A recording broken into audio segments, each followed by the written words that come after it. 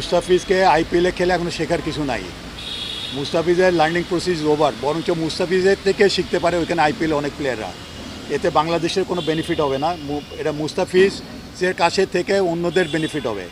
আর খালি not only যে ওইখানে আইপিএল খেলাটা তারা মনে হয় আপনাদের কাছে 4 ওভারের খেলা, কিন্তু এটা জানেন কত ধকল নিতে হয়।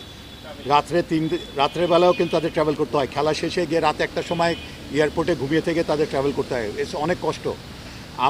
আমাদের কনসার্ন হচ্ছে মুস্তাফিজের হেলথ, তার ফিটনেস।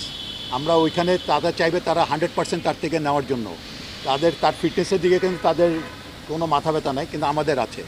আমরা মুস্তাফিজকে এখানে ব্যাক করানোর কারণটা খালি জিম্বাবুয়ে সিরিজে খেলানোর জন্য না, আমরা জিম্বাবুয়ে সিরিজে তাকে ওয়ার্কলোড দিয়ে আমরা খেলাবো। এখানে আনলে তাকে ওয়ার্কলোড দিয়ে আমরা কিন্তু তাকে প্ল্যান দিব, কিন্তু আইপিএলে থাকলে সে প্ল্যান হবে না। তো সুতরাং মুস্তাফিজের লার্নিং প্রসেস ওভার, ওইখানে মুস্তাফিজকে শেখানোর হয় না, আর কোনো দরকার নেই। সে 7-8 বছর ধরে এখানে ক্রিকেট খেলে, ওই আইপিএল টুর্নামেন্ট খেলছে। সো বেনিফিটেড তারা হবে, আমরা হব না। কিন্তু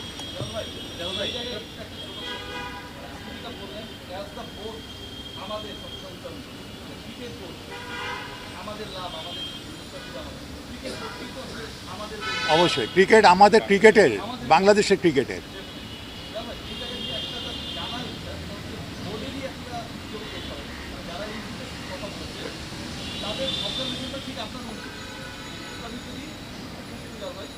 আইপিএল খেলে সেটাই ভালো, জিম্বাবুয়ে সিরিজে খেলা বলতে কথা এরকম। তো এই ব্যাপারগুলো আমি যখন আসে দুই রকম না, এখানে দেখেন মুস্তাফিজের ব্যাপারটা আমরা ডিল করি, ন্যাশনাল টিম আমরা ডিল করি, আমরা বুঝতে পারছি, আপনারাও কিন্তু বুঝতে পারছেন মুস্তাফিজকে প্রয়োজন, কিন্তু আমাদের যা ন্যাশনাল ইন্টারেস্ট তো প্রথমে আপনারা জানেন 2021 সালে কিন্তু এই দুজন প্লেয়ার কিন্তু এখানে আইপিএল খেলে কিন্তু ওয়ার্ল্ড কাপে জয়েন করেছিল, এবং আমাদের ওইখানে এক্সস্টেড ছিল, তারাও বলেছে দেবের এক্সস্টেড। আমরা ওই ধরনের সিচুয়েশন করতে চাই না। মুস্তাফিজকে দেশে ফিরানো মানেই যে আমরা জিম্বাবুয়ে সিরিজ দিয়ে খেলাবো তা না, তাকে ওয়ার্কলোড দিব, প্রেশার কমাবো, দলের সাথে থাকবে, আন্ডারস্ট্যান্ডিং থাকবে। একটা ওয়ার্ল্ড কাপ একটা বড় ইভেন্টে যাচ্ছে, ইভেন্টের আগে যাতে প্লেয়ারদের সাথে একসাথে থাকতে পারে, যেতে পারে, কারণ তারপরে গিয়ে কিন্তু এই মে মাসে কিন্তু আমাদের খেলা শুরু হয়ে যাবে 3টা ইউএসের সাথে। তো তাকে তো এখানে অ্যাক্লামেটাইজ করতে হবে নিজেকে।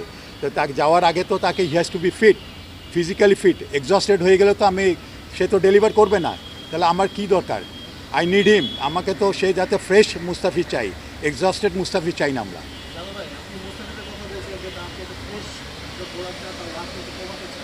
অন্যদিকে যদি দেখি যে ঢাকা প্রিমিয়ার লিগে কিন্তু আর যে বোলার আছে স্কোয়াডে, তাসকিনের কথা বলি, তারও কিছু সমস্যা আছে শোল্ডারে। শরীফুলকে একটা ম্যাচ ড্রপ দেওয়া হয়েছিল, তার ওয়ার্কআউট বেশি ওটা হবে। তারা তো এই গরমে 40+ টেম্পারেচার তারা কন্টিনিউসলি 50 ওভার ম্যাচ খেলছে, তাদের ওয়ার্কলোডটা কমানো। মুস্তাফিজ যেটা বলেন, যেটা তাসকিন কিন্তু এখন লঙ্গার ভার্সানে না খেলে এখন 2টা ভার্সানে খেলছে সে, তাই না? এখানেই তো ওয়ার্কলোড কমিয়ে দেওয়া হয়েছে, এবং তাদের ওইভাবে বলাও আছে। যখনই নাকি বলা আছে তাসকিন যদি কোনো প্রবলেম ফিল করে সে যাতে সাথে সাথে রিপোর্ট করে, but so far he is not complaining anything. সে কিন্তু এখন তার ফিজিক্যাল কোনো, বরঞ্চ সে বলছে ইজ ফিলিং বেটার, যেটা শুনলাম আর কি, আমি তাসকিনকে শুনেছি ইজ ডুইং অল রাইট। এবং আমাদের ক্রিকেট বোর্ড থেকে, ফিজিও ডিপার্টমেন্ট থেকে বলা আছে যদি এদের যারা আছে স্পেশালি ফাস্ট বোলারদের যদি ইফ দে ফিল কোনো ধরনের কোনো আনইজি ফিল করলে যাতে রিপোর্ট করা হয়, এবং সাথে সাথে তাদের ওখান থেকে উইথড্র করানো।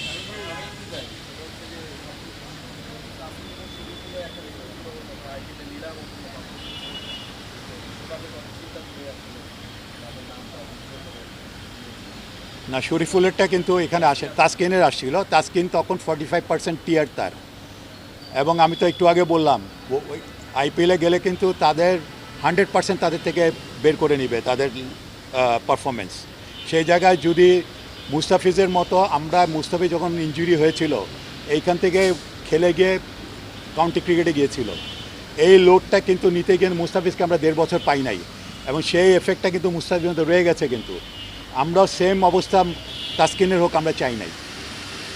সো খালি খেলালেই হবে না যে তাকে পাঠাই দিলাম আইপিএল, না তা না, আমাদের তো তারও তো লোড দেখতে হবে। আর শরীফুলকে আমরা ছাড়ার জন্য আমরা প্ল্যান করেছিলাম, শরীফুলকে বলেছিলাম তোমরা এনওসিটা আনো, একটা স্পেসিফিক পিরিয়ডের জন্য দিতে বোর্ড রাজি ছিল, কিন্তু স্পেসিফিক পিরিয়ডের এনওসি সে দিতে পারে নাই, আনতে পারেনি।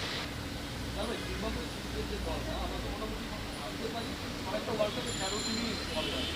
তো এই টিমটা আপনাদের প্ল্যান কবে নাগাদ এটা সিলেক্টররা জানিয়ে দিবে, তারা কাজ করছে এর উপরে। যেহেতু জিম্বাবুয়ের টিমটা দেওয়া মানে হচ্ছে it will be followed by world cup team, so it is very important.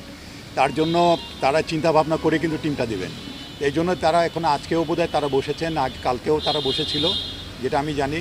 So আমরা শুনি সিলেক্টরের কাছ থেকে যে তারা কবে দিবে, এটা যত শীঘ্র সম্ভব তার দিয়ে দিবে, তা আমি জানি।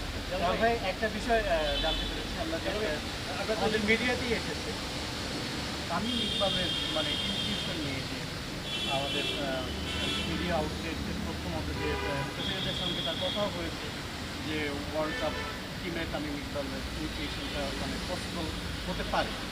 তো এই ব্যাপারটা নিয়ে আসলে আপনারা কতদূর এগিয়েছেন বা তামিম ইকবালের সঙ্গে আপনাদের আসলে কথা বলারও কথা ছিল? তামিম ইকবাল কি এভাবে বলেছে কিছু যে হি ইজ কামিং ব্যাক? বলেনি, তামিম ইকবাল আমাদের একটা মিডিয়া আউটলেট ক্লেম করছেন যে প্রেসিডেন্টের সঙ্গে না, তার এখন ফোনে কে কথা কি ক্লেম করছে তো আমি তো ওই বেস করে আই ক্যানট কমেন্ট। বেশ, আপনাদের না, জিজ্ঞাসা আমাদের সাথে এরকম কোনো কথা হয় না। ডেফিনেটলি তামিম ইকবালের সাথে, আমার সাথে, সিরাজ ভাইয়ের সাথে মাননীয় বোর্ড প্রেসিডেন্ট আমাদের অ্যাসাইন করেছিল তার সাথে আলাপ করার জন্য।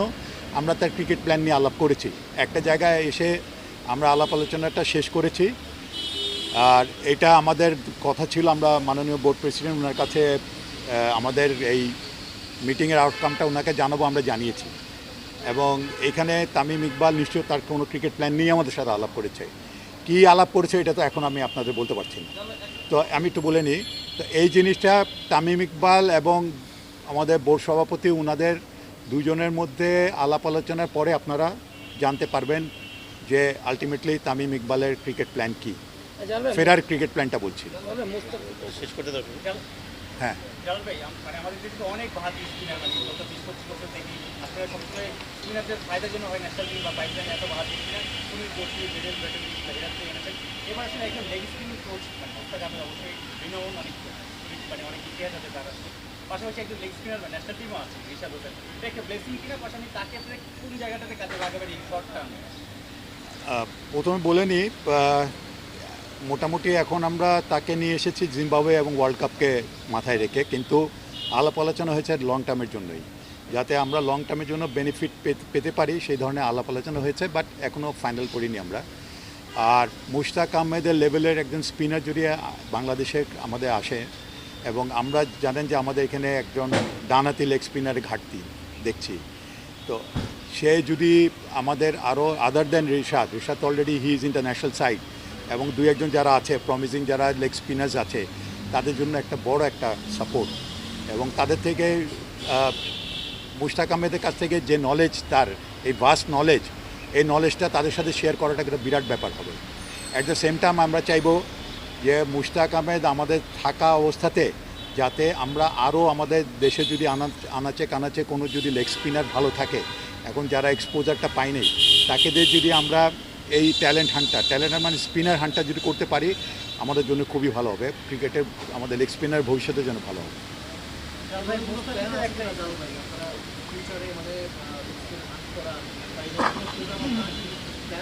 আমরা কিন্তু আগেও করেছিলাম একবার, কিন্তু আসলে দেখা গেছে যে এত রেয়ার এখন লেগ স্পিনার পাওয়াটা ডিফিকাল্ট হয়ে যায় রাইট আর্ম।